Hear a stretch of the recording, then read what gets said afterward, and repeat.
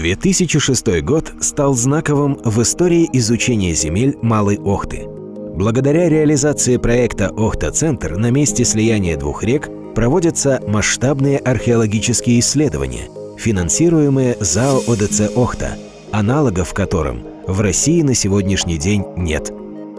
Эти земли издревле считались благоприятными. 5000 лет назад здесь было море, и древние люди здесь ловили рыбу.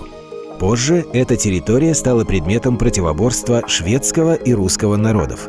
В 1300 году шведы построили крепость Ландскрона. Но уже через год она была захвачена новгородцами, основавшими торговое поселение.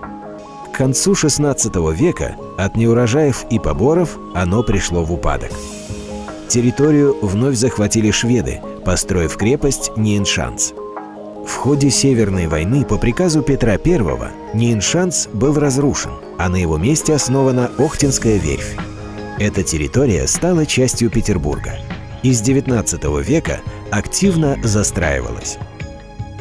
Таким образом, на исследуемой территории произошло наслоение нескольких культурных пластов, представляющих собой следы шведских крепостей и средневекового поселения. XX век внес свою лепту в его разрушение.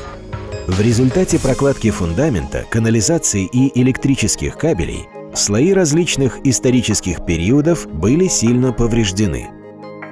На протяжении 4 лет ведущими археологами России была проведена колоссальная работа. За время полевого этапа глубина раскопа составила более 5 метров. Было найдено более 200 тысяч артефактов. Однако сложное переплетение слоев и их слабая сохранность сильно затрудняли работу.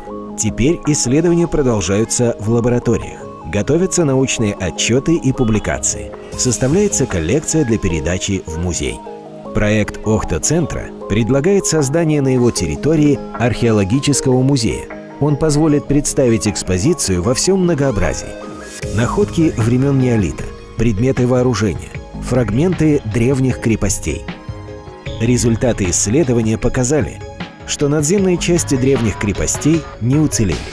Поэтому говорить о музеификации этих объектов на месте невозможно. Одним из решений является трассирование контуров крепостных валов и рвов. Сейчас специалисты НИИ «Спецпроект Реставрация» сканируют все обнаруженные находки, и облик крепостей, существовавших когда-то на Охтинском мысу, можно будет восстановить виртуально. Археологический музей будет иметь не только городское, но и общероссийское значение.